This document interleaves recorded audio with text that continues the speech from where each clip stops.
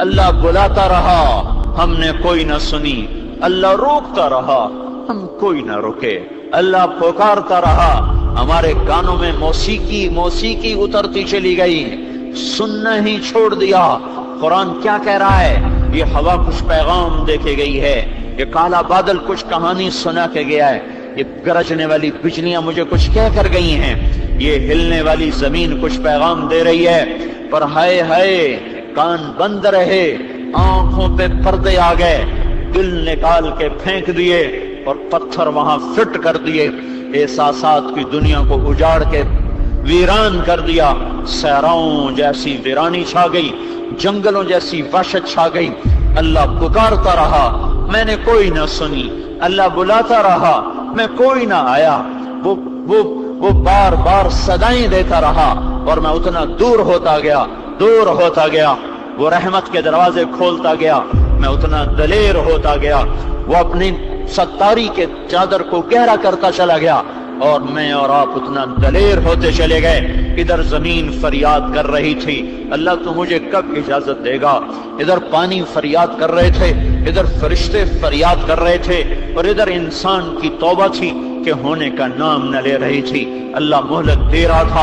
رہا تھا اور اعلان کر رہا تھا، جب آئے گا اس کی توبہ قبول کروں گا۔ 70 سال کی عمر میں آئے یا 80 سال کی عمر میں آئے، جس عمر میں آئے گا یہ تانا نہ سنے گا، پہلے کہاں تھے اب کیوں آئے ہو، پہلے کہاں تھے اب کیوں آئے ہو، یہ تانا نہ سنے گا کہ دھرتی تو گناہوں سے بھر دی، روواں داغ تم نے گناہوں سے کر دیا، اب میرے پاس کیا لینے آئے ہو، یہ کبھی نہ سنے گا۔ جس عمر میں جس حال میں توبہ کرے گا اپنے رب کو استقبال میں پائے گا۔ کیسا استقبال؟ من تقرب الی تلقیتہ من بعید، جو توبہ کرنے کے لیے اس کے گھر کی طرف بڑھتا ہے تو میرا اللہ کہتا ہے میں عرشوں سے اتر کر اس کا استقبال کرتا ہوں، میں عرشوں سے اتر کر اس کا استقبال کرتا ہوں۔ اتنی سب کچھ ہونے کے بعد بھی زنا کے اڈے چلتے رہے،